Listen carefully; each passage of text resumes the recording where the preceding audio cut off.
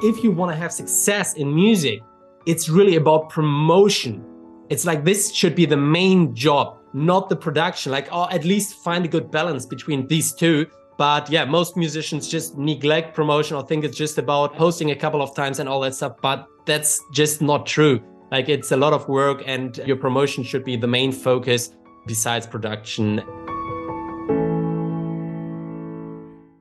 Well, welcome to the show today. We're so excited to have Tobias, my friend from Germany. I'm going to say his last name and probably just destroy it, but he just told me that if I'm an American, it's okay. I can say Tobias, and he'll forgive me, but it's Tobias Rauscher. So anybody that speaks German can laugh at my pronunciations there. But Tobias has one of the most interesting kind of stories of anybody I know when it comes to sharing how they ended up in their music career. So I've never seen anybody play guitar as like, it blew my mind, Tobias, when I saw you first play your guitar. He does fingerstyle guitar, and I did not know you could do that with a musical instrument. And I know you've been a gigging musician. You've performed all over the world. Your music was super popular in Asia. You told me that you're a kind of a retired guitarist now, but I don't believe you. As good as you play, you've had over 50 million views on YouTube. So what I find interesting is you've kind of gone through this whole career path of, a successful, gigging musician that's done well. And then you've transitioned and you did Fingerstyle Guitar Academy, I think is what you called it, when you had all these videos. You definitely need to look up Tobias's videos on fingerstyle guitar.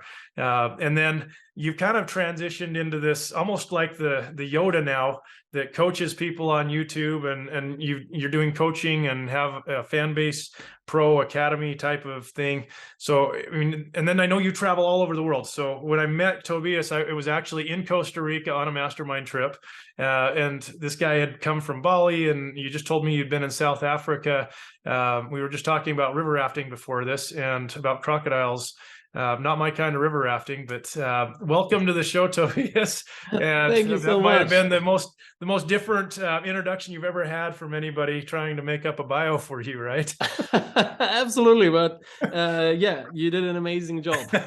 Anyway, Tobias, maybe fill in the blanks of, how did you end up deciding, hey, I want to be a musician? And I know you were making enough money as a musician that as a guitarist, and just, I mean, how did that happen? And just tell us how you've got to where you are today, about that journey. Yeah, well, so it was funny because I never really was interested in music back then. And all of a sudden, at the age of 14, I wanted to play the guitar. I just wanted to learn it. My parents thought it's not really a good idea to get me a guitar because I gonna lose interest pretty soon, but it was the best they could do. And I was playing like 5-6 hours each and every day. And then I was like, I want to become a rock star. And I totally focused on, the electric guitar back then. And I had my own band. So we did all the mistakes most musicians do. And, but we were semi-successful in our area. It was really a good experience, but eventually, we failed because we did many common mistakes a lot of musicians do. Then I actually planned to work inside the music industry, and I started working at Warner Music as well. But then I focused on when I really discovered modern percussive fingerstyle, I was like, okay, I really want to try it again with the music.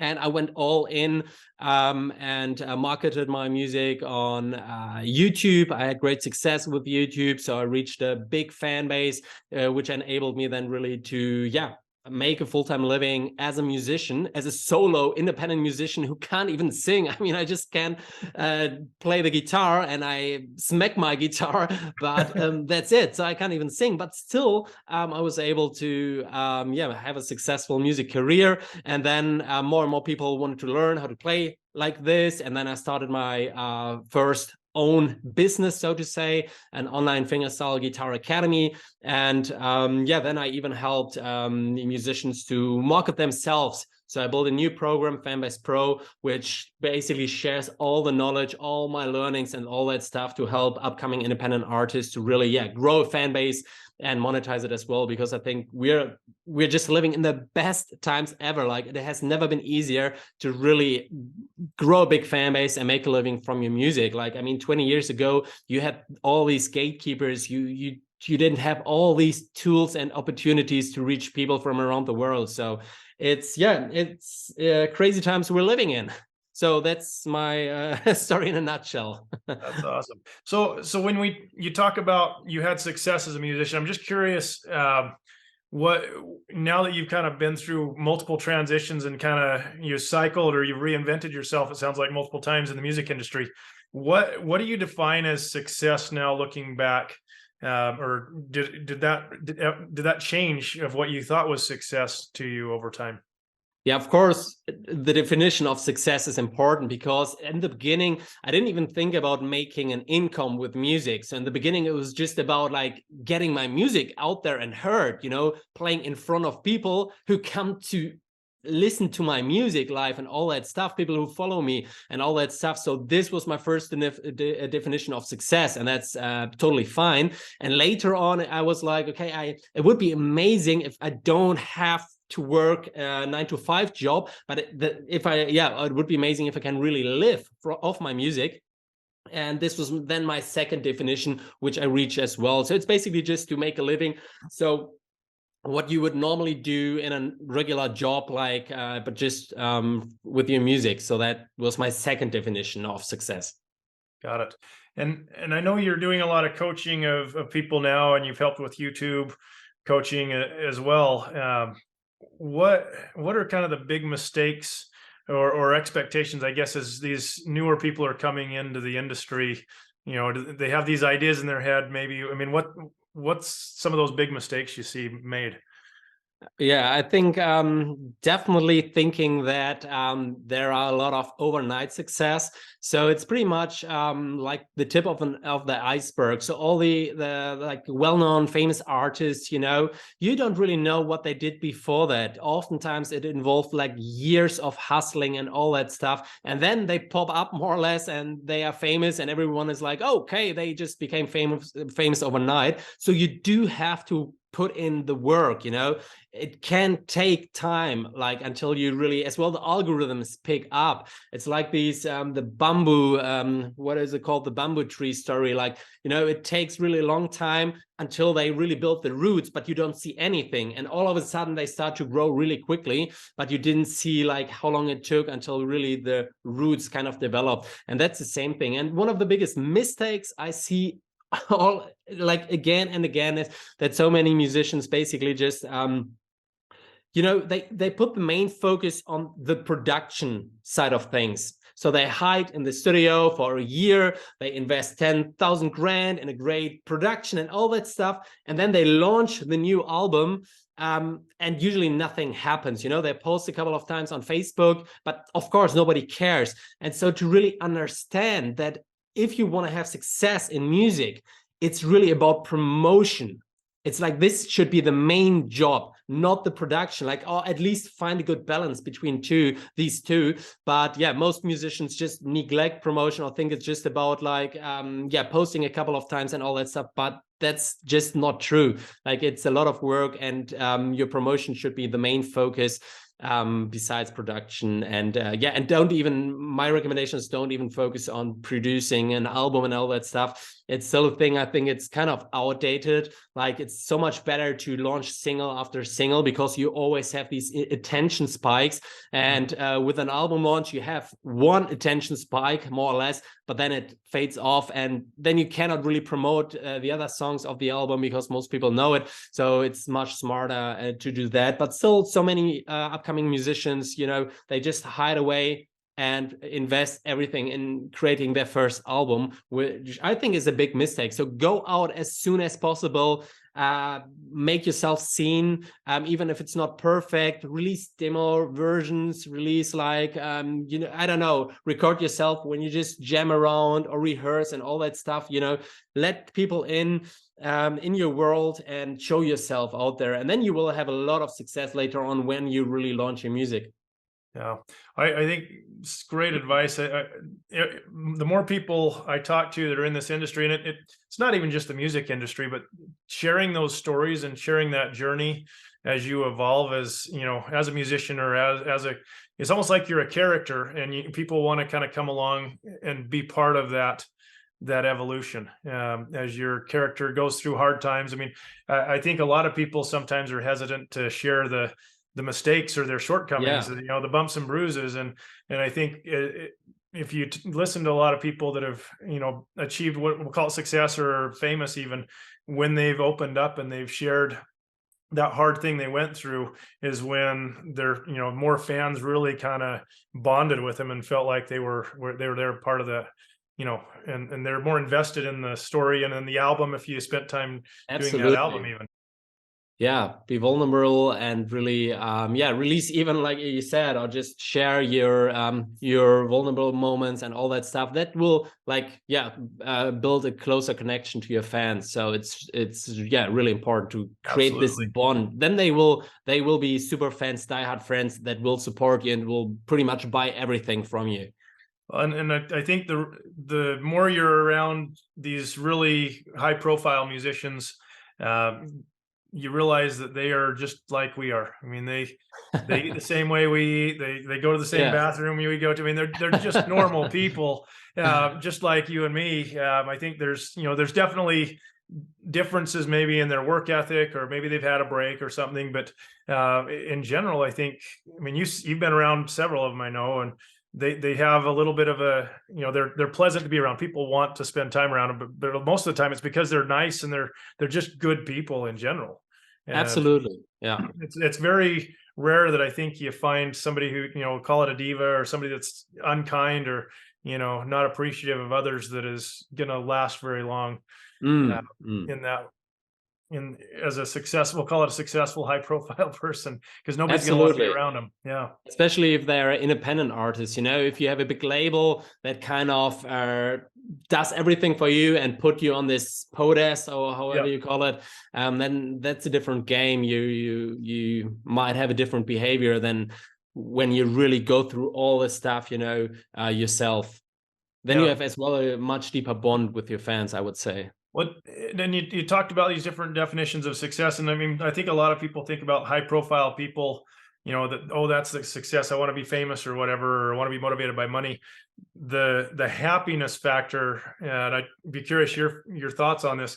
I've found that the people that are motivated by the money or the fame usually aren't happy long term once they achieve it, because that's not really what focused. I mean, I think there's this fulfillment factor that is in a lot of ways, I think, more important of a word or a thing to focus on is, how do I find joy and fulfillment? And Yeah. what's your experience with that? Because you've kind of evolved, and my guess is you find more joy and happiness in helping others and seeing others succeed now than even maybe in your own success, right? Oh, that as well. Yeah. I mean, it's super gratifying when you really hear success stories of your students and people you helped and they have great success. And that's like super fulfilling, super fulfilling. Like, that is just amazing. And for me, it's like, yeah, like you just said, the biggest success is actually, or was for me, that I could really turn my passion into a business, like music, you know. And it's like, you know, you are in a way famous, so you get your music out there, what you create is being heard, you know, and then you can even live off your passion. So I mean, this is super fulfilling. So just other words for it, but like, if you can turn your passion into like something that's really fulfilling, that helps other people, that touches other people. Like sometimes I get messages from people who listen to my music and they show me videos how their little kids enjoy my music, dance to it. Or some people wrote me that, for example, they went through depression phases, they thought about suicide, and then my music helps, or they lost friends or family members and all that stuff. And I'm just like, wow, like I would have never thought that my music touches these people. So I think it comes all together. So there are different variables that are super gratifying if you really yeah, can make a living or become an artist like that touches other people, influences other people's lives, in other people's lives, and even your own life, you know. That's just like beautiful. Yeah.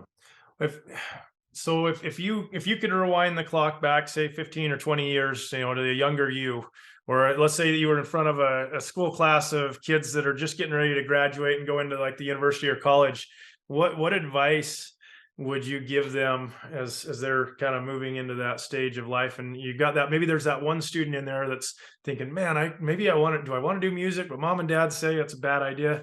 Like you said, what would you tell that person?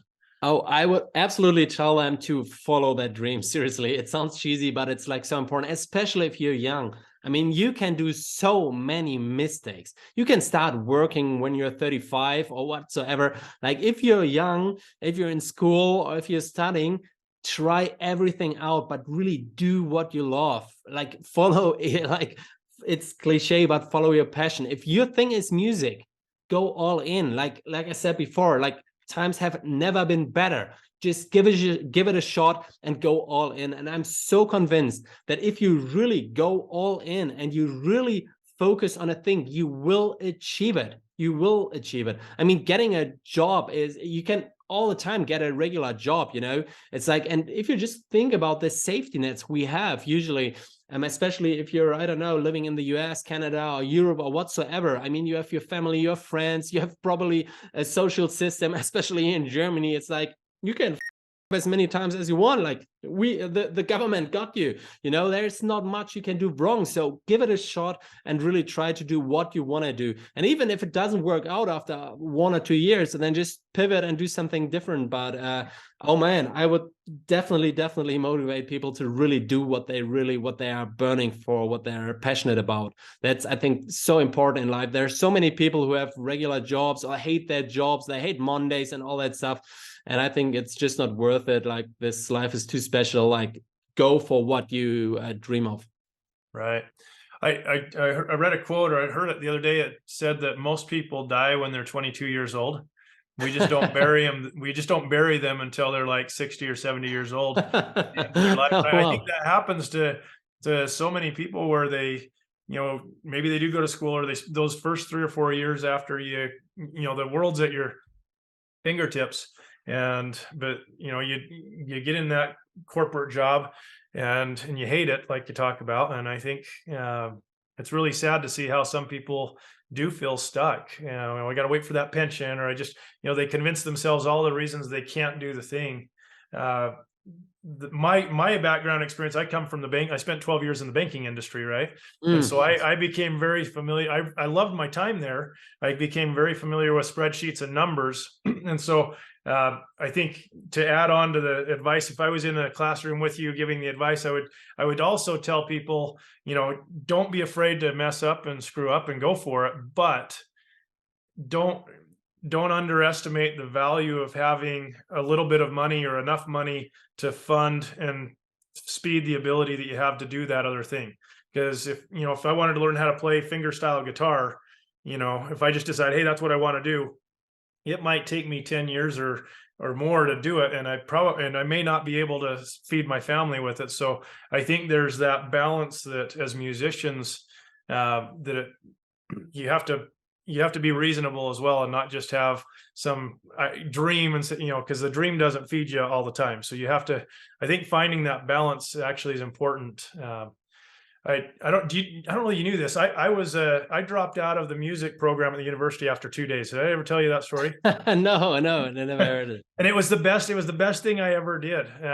So I was Weber State University, and I thought, because I'd written a lot of music, and I thought, I want to do music. But my mom had said, you know, you can't feed your family with music, so you need to have a career and, you know, do business or be a doctor or lawyer or whatever. And so I went for 2 days to class, and I'd already published music. Amazingly, even in high school, I had my first song officially published with a real publisher. Even I have a $2.50 check on my wall to prove it. But so on that first day of class, they were requiring all of the students in the music program to go through the Music 101 class. And so on day one, we learned about whole notes and half notes. And he spent for like 45 minutes talking about that. And on day two, we were quarter notes and eighth notes, and we started to talk about 16th notes, and I was dying. I was like, oh my gosh, this is going to be horrible. So I went to the teacher and I asked him, I said, is there any way, because I wanted to be positive, but I really wanted to be in the orchestration class that was a third-year class. And I'd passed like an AP music test, and I'd already done all this stuff. And he looked at me, he says, you won't know enough. You have to go through the first 2 years and all of these other classes before you're allowed to be in the orchestration class. And Mm. I explain, I've done these other things, and so I thought, well, is there a way that I could even just take, could you do something that would be challenging to me, and maybe I could teach for 5 minutes, and I could teach about 16th notes tomorrow for you. And he was just so put off by that how dare anybody that doesn't have a PhD teach about Mm. 16th notes, and it wasn't like I was trying to discount what he was doing, but I left that, and I just thought, you know what, I don't want to be stuck and told this is the way I have to do music, and have it just suck the life and the joy out of it. Yeah. Well, I went over to the business department, and I went into marketing. And as I look back, that was the best decision I made. Is I did not go into music, and I didn't learn how to do it the official way. And had I not done that, there's no way I would have done music as a career. Interesting. Yeah. The question is if there is really a right way. For example, until today, I can't really read music, so I just did it in a completely different way. But I think just like, especially when you, for example, what I was thinking about, if you're in school or university, why not give it a shot for 1 or 2 years and you really go all in? Because I think if you really get the right mentors, people who are there where you want to go, there are still a lot of opportunities to make it. And if you put in, let's say, a year, and it didn't really work out for you, you can still switch and do something else. Or of course, you can do as well music as a side thing as well. Like, because if you have let's say, a secure option, you can always like work on it after work and all that stuff. So there are different ways, but I think if you really want to go all in, like I think it's a good way. And you need that passion and that power to be all in order to make it, because it's going to be tough, it's going to be hard, you have to put in the work, and usually you won't last that long if you're not really passionate about the journey, because the journey is going to be hard, and you can only endure if you have that grit, to endure, and this is only possible if you're passionate about it and be all in, if you're invested. Right. Well, and there's people all the way. There's going to be the trolls or the people all the way along the way that tell you you're not good enough, and if you don't really love it, it's going to be really hard to stay motivated. I mean, one important things though is I would say, like, a lot of musicians, for example, as well, when you're watching I don't know, America's Got Talent and all these shows, you see a lot of people who think their music is amazing, but actually it's not. And that's a really important thing as well, that you need to get external feedback, because so many musicians think they are better than The Weeknd or whatsoever, they are the greatest next superstar, but in reality they are really not. So it's like, in business terms, you would need to find a product market fit. So you need to find people who really enjoy your music. I mean, it can be super crazy and super niche and all that stuff, but it's really important that you get some honest feedback out there and not just believe you're amazing and try everything. That's the recipe for failure, I would say. So that's really important as well, that you listen to external feedback as well. Not your families and closest friends, but people who don't know you. And that's important as well. Yeah. And I really think it's one of those, there's so many feedback places you can get it, whether you're playing live for somebody, and the school systems, I think, really give you that opportunity to learn from other people. And I think, as I look back on, as I was learning piano, because I was a terrible piano student. So in high school, I didn't have the maturity to really want the feedback, and my piano teacher would tell me to fix things, but I wanted to do things my way, and I thought I knew better. And because of that, as I look back, I think, man, if I would have just, if I would have listened and practiced and done what I was told, the feedback my teacher could have given me would have been so valuable, but I was too dumb or immature, whatever. And I think that's a problem that a lot of us go through when we're first learning something, is we think, oh, I can find it online, or I can get it on YouTube. And the value, I do think a lot of people discount the value of a coach or a mentor or a teacher. Absolutely. Or they can't afford the teacher or the mentor or the program, and then maybe they do get in that. And I've seen people spend several $1,000s sometimes going in these coaching programs. I mean, you probably had it happen to you, where somebody maybe spends we'll call it $2,000. I don't even know what your program costs, but $1,000, multiple thousands of dollars. And then they show up and listen to the person who's supposed to be the guru that's going to teach them. But then they're like, he doesn't know what he's talking about. And you're like, well, why'd you spend the money then? Why did you? Yeah, absolutely. And as well, like the point that, like you said, to underestimate like the power of, learning from someone who is there where you want to be. And the thing is, it's so valuable to follow someone, and it's so important as well to focus on the opportunity costs. For example, you think like, oh well, that program costs, let's say $2,000. That's too expensive, okay? But now imagine your lost opportunity cost. Maybe an album launch makes you $5,000 now, but if you would have taken the coaching, it would have done like, I don't know, $50,000 or something like this. It's like it can be more costly not to invest in your career, in your passion, because of the income you're not earning, okay, on the success you're not having. And this is actually what most people don't really see. They only see, for example, a price tag, and they're like, oh, that's too expensive, but they don't know that they are losing so much money more in the next few months because they don't implement the strategies, they don't have the right systems and all that stuff. And this is what I learned myself, and this is just what I see so often out there. Like, it's really an investment that makes more back in the long run. Absolutely. And I think that's when you think about marketing. When I first started out, as I look back on like Facebook and the old marketing style, when I was at the bank, it was right when the internet was coming into play. So I actually helped my bank build the first website they had for their mortgage department. Nice. So, I mean, it was really fun because I came in this time where you had billboards, TV, radio, and newspaper, and that was and junk mail that we could send. And that was about the only ways you could communicate with an audience. And then all of these new mechanisms came in, but all of the old ones that we had, there was no way to measure, did it work? And so, car companies, the Ford and Chevy and, these car companies would just throw millions of dollars and just to throw the money out there. And, banks are terrible at that. They're just like, it's almost like an ego thing, and they don't care whether it actually works.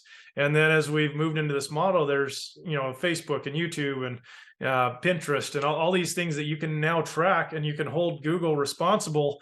Hey, I paid you $100. How many clicks did I get? Or how many purchases? You can actually track, did they do the thing you wanted them to do?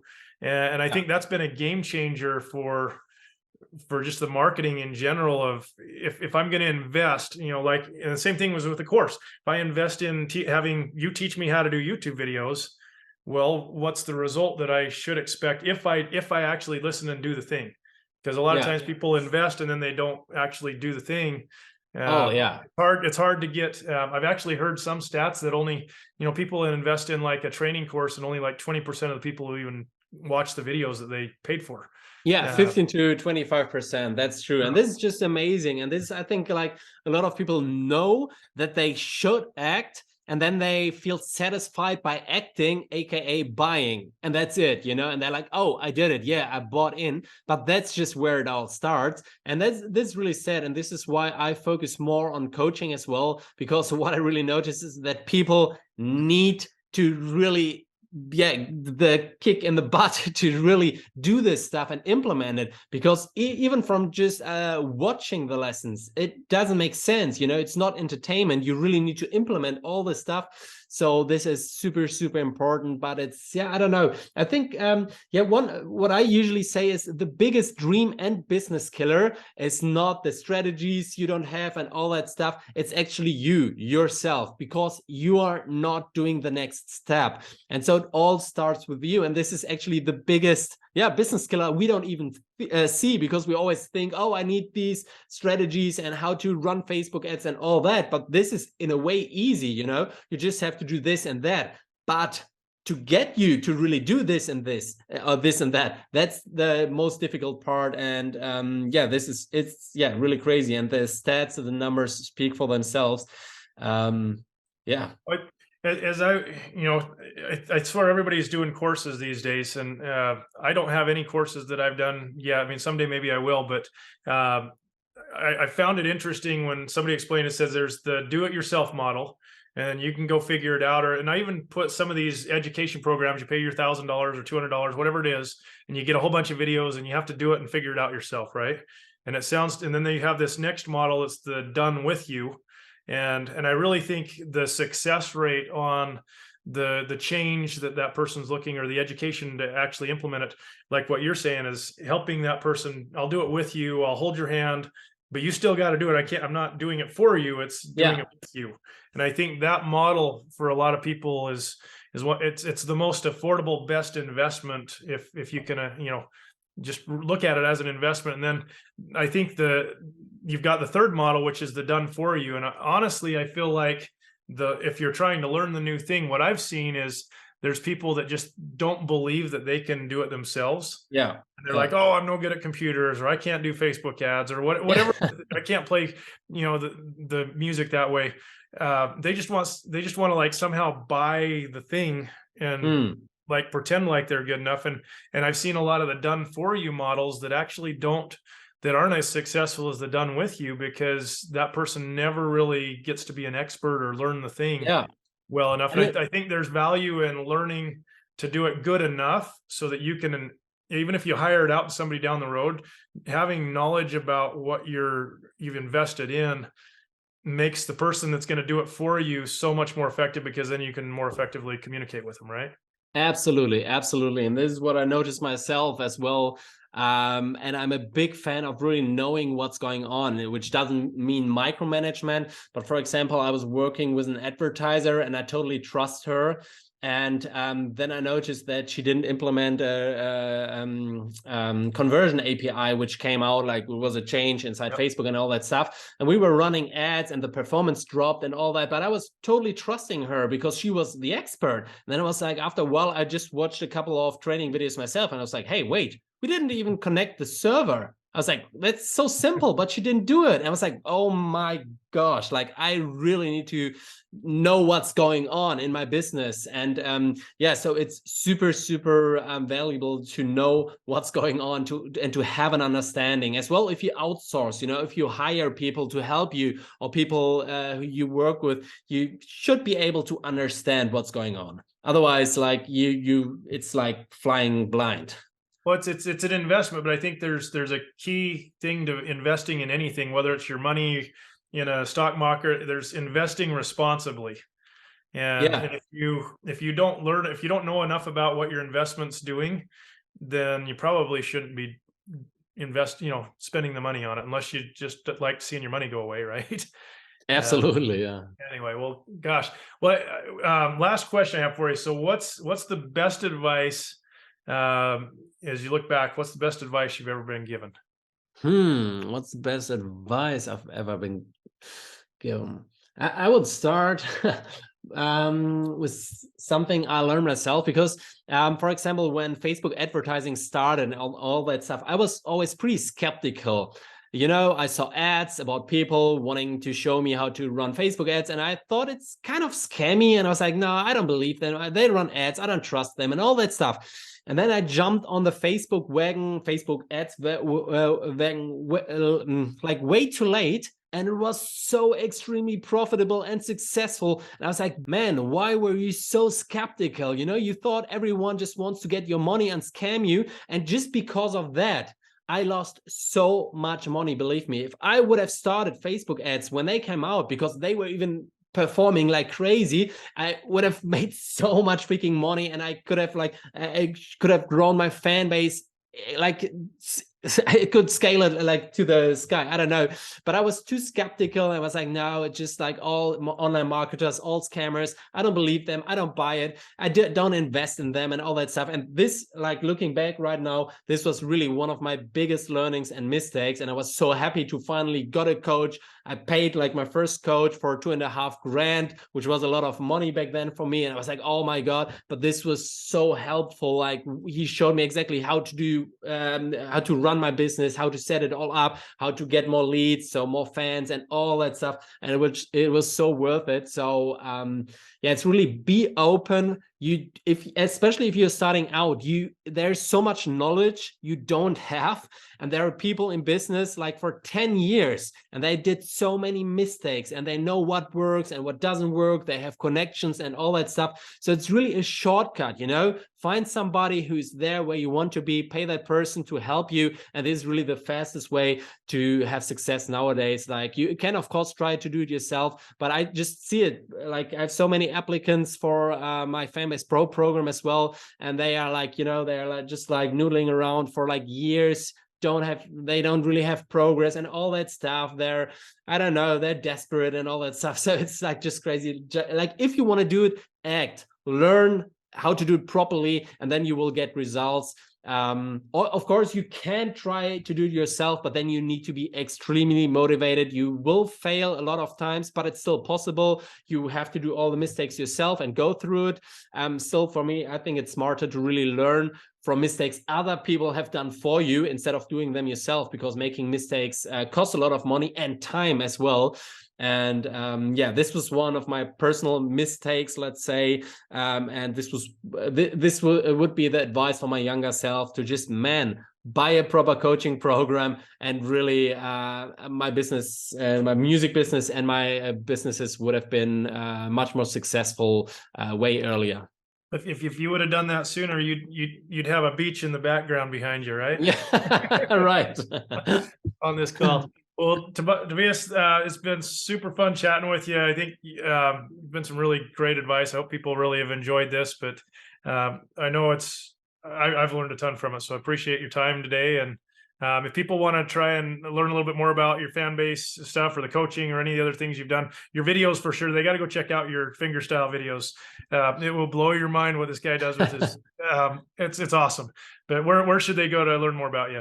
Yeah, just look for my name on YouTube, Tobias Rauscher. That's a German version, Tobias Rauscher. There you find my music videos. If you want to learn how to play guitar like this, go to fingerstylezone.com. And if you want to work with me, get some strategies on how to really grow your audience, your fan base, and monetize it, go to fanbasepro.io. Awesome. We'll put all those in the show notes, so you can just have a simple link as well and make it easy for people to find. So good chatting with you, Tobias. And one of these days we're going to have to get down to Costa Rica again together and go down a river. Oh, absolutely. Looking forward to that. Awesome. Thanks so much. We'll talk to you later. Thank you.